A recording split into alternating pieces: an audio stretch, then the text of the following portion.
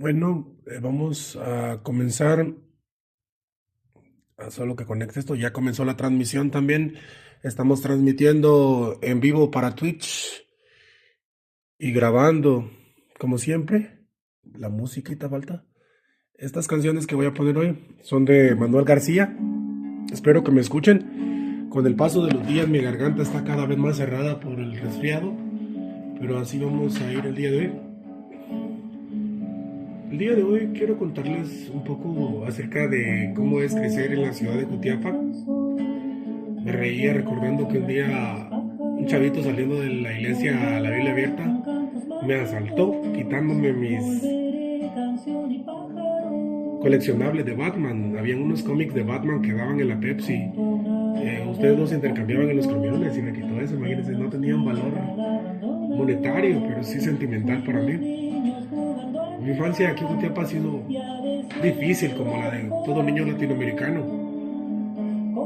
pero específicamente les iba a hablar de cuando yo hice amistad con Luis, Luis González. A Luis le decían Chiqui Luis, le decían Pitágoras, Fosforito, le tenían muchos apodos. En ese tiempo uno tenía muchos apodos. Yo en cambio siempre he sido el Coyote, porque mi familia, los Murga del barrio latino, son los Coyotes. Aquí en la ciudad hay muchos apodos. Hay apodos como los Cereguetes, que significan las nalgas. Espero que no me censuren por eso, porque ahora todas las plataformas censuran por cualquier cosa. Contarles que este es el episodio número 5 del podcast Hit and Run, aunque el primero que vamos a hacer en Twitch. Bueno, les decía, hay familias como los Charquitos, los Gallinas, los Cherengues, que cherengues como basurita, los Chuchos, y así hay un montón de los Chorro de Humo. A cada familia le tienen un apodo, es parte de la idiosincrasia de los pueblos. Pero bueno, yo era el Coyote. Conocí a Luis en el parquecito infantil que está cerca de la terminal en zona 3 de Jutiapa.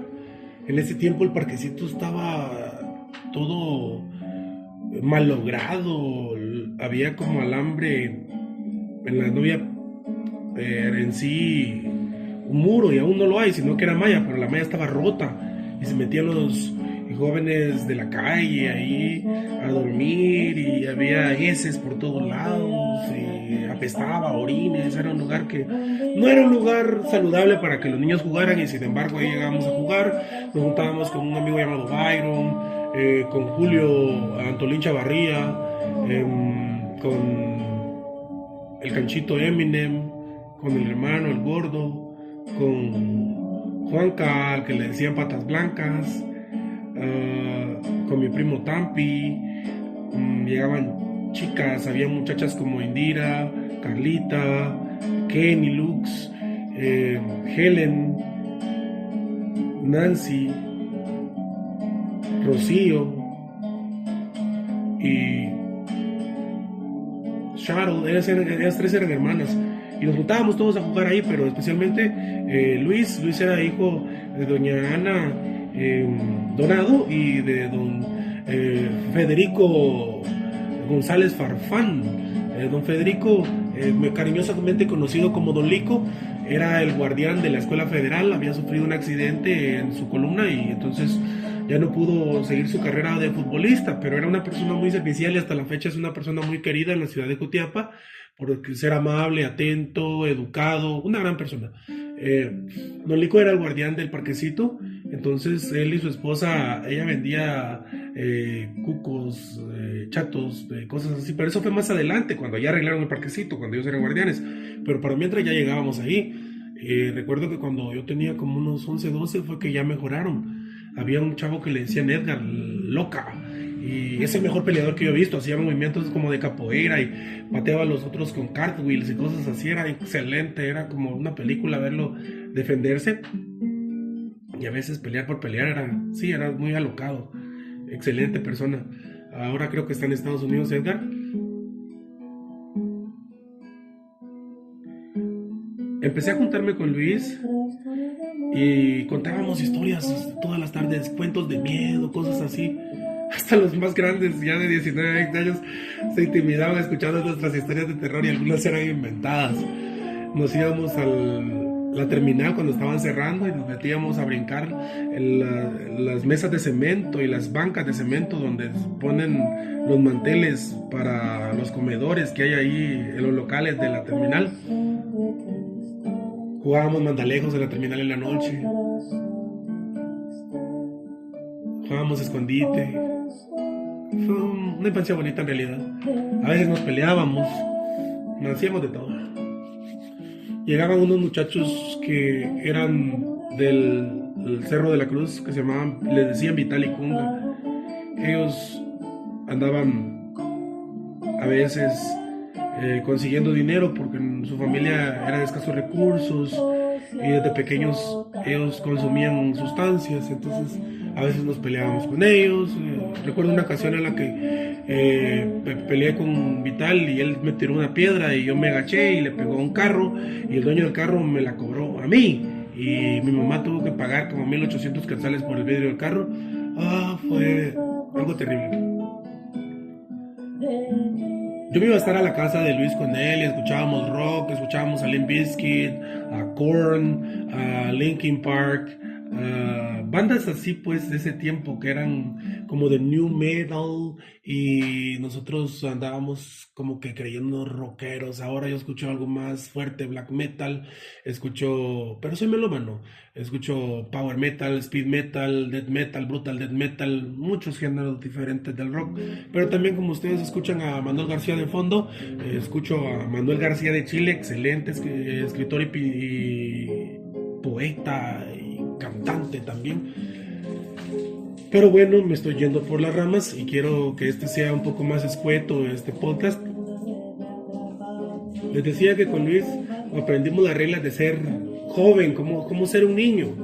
Y los mayores nos daban pautas como, mira, un hombre de verdad no tiene pezones parados y suena raro, pero tenés que quebrártelos con la parte de abajo de una botella para que no te queden así, si no se te van a hacer grandes como los de una mujer.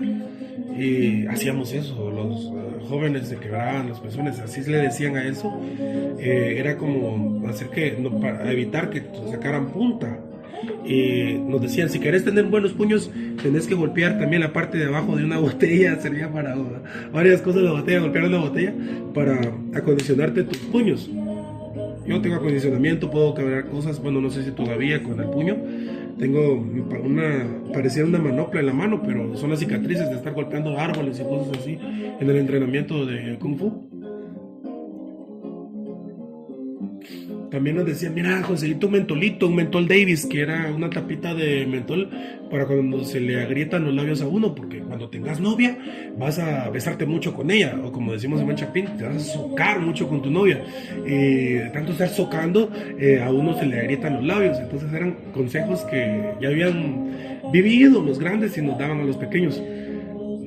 También Don Lico era guardián de la Escuela Federal y yo acompañaba a Luis a la Federal a visitar a Don Lico. Había leyendas que decían que la Federal había sido un cementerio y por eso el suelo se agrietaba, pero eso no está comprobado. La gente creía que los muertos iban saliendo. Bueno, sí fue cementerio, pero se comprobaba que porque fuera cementerio se agrietaba el suelo. Eso era superstición. Incluso hubo ocasiones en la Federal, luego les voy a hablar de cuando una niña quedó poseída o pretendió quedar poseída y fue un escándalo en toda la Federal. Entonces nos la pasábamos en realidad muy entretenidos. Tenía un hermano, Luis Gerson, que estudiaba, trabajaba, era muy eficiente, nos conseguía videos, en ese entonces usábamos discos, le prestaba el Discman a Luis me prestaba a mí, yo pude tener un Game Boy porque Luis me prestaba sus Game Boy, sus juegos, intercambiábamos cassettes, íbamos a cobrarle a los que no le pagaban los cassettes que vendía, o los que no le querían devolver sus cassettes o sus juegos de su Nintendo 64, éramos muy unidos. Una vez fuimos hasta Río de la Virgen a quitarle un videojuego a una persona como de 38 años y lo intimidábamos entre los dos. Eran momentos muy interesantes. Recuerdo que nos poníamos a jugar con unos amigos y le decían, querían imitar la escena de una película, no recuerdo cuál es, que le decía, háblale al señor teléfono, y se daban telefonazos así jugando, era bien loco. Teníamos un amigo que se llamaba, le decían Berringo, Daniel, era de Lolima, del taller de Lolima. Lamentablemente él se perdió, ha tenido una vida muy difícil, no sé si todavía está vivo, pero él nos defendía, era grandote, fortachón, y era mayor que nosotros. Nos invitaba a comer cosas, íbamos a comer tostadas donde una señora que vendía tamales y paches y tostadas, los mejores tamales y paches y tostadas de Jutiapa. Todavía se encuentra la señora. Si ustedes van por la Federal, por Barrio La Federal, la parte casi llegando a Caminos, cuando ustedes van por Barrio Las Dalias, todos esos lugares, adelante, creo que todavía vende tamales y paches la señora, ya tiene coronas. Lo más rico que ustedes van a probar en tamales y paches, publicidad gratuita ahí. Pero bueno, recuerdo que incluso le hablábamos a chicas y todo con Luis. Yo le ayudaba a hacer cartas, porque en ese entonces la idea era hacer cartas a las personas que te gustaban, era como correspondencia, no había redes sociales, o si había no teníamos acceso a ellas. Eran cartas manuscritas. Yo le conseguí una novia a Luis, mi mejor amiga Gladys. De eso vamos a hablar otro día también, porque es un tema bastante largo y muy interesante también. Primero tenía una novia que se llamaba Carla, que era más avanzada de edad y en madurez que Luis. De hecho, las chicas son más avanzadas que uno, porque ellas empiezan a desarrollar como a los 9 años, siendo como a los 14, 15, todavía andan en pañales. Entonces esta chava dejó a Luis porque era inmaduro, imagínense, era inmaduro, y andaba muy triste. Y andábamos en una kermés de la Federal con Luis, y yo vi a Gladys, y Gladys era mi mejor amiga y Luis mi mejor amigo. Entonces dije yo, voy a juntarlos, y se gustaron, y tuvieron una historia de varios años ahí en la cual yo intervine, siendo el cupido. En muchos aspectos la mamá de Gladys no quería a Luis, y yo le ayudaba a pasarle las cartas, a que se pudieran ver, aunque sea por un ratito. Y entonces fue una historia muy bonita de la niñez. Ahora nos vemos con Luis y nos ignoramos, como sucede con la vida adulta, pero pasamos muy buenos momentos. Es una persona que yo recuerdo con mucho aprecio. Luis entró al experimental un poco grande, porque hicieron la oportunidad de que jóvenes un poco pasados de edad, no pasados de edad, sino que más grandes de la edad requerida para entrar al experimental, pudieran entrar. Y le fue bien, en realidad, y yo veía sus tareas y de ahí aprendí mucha cultura general, mucha literatura también, porque yo no tenía acceso a eso. Yo era de escasos recursos económicos, pero gracias a eso yo pude desarrollarme más como persona. Vamos a ver cómo vamos, porque yo creo que no paro y sigo hablando. Ya llevo 13 minutos, ya me monté otra vez en el tiempo, voy sobre el tiempo.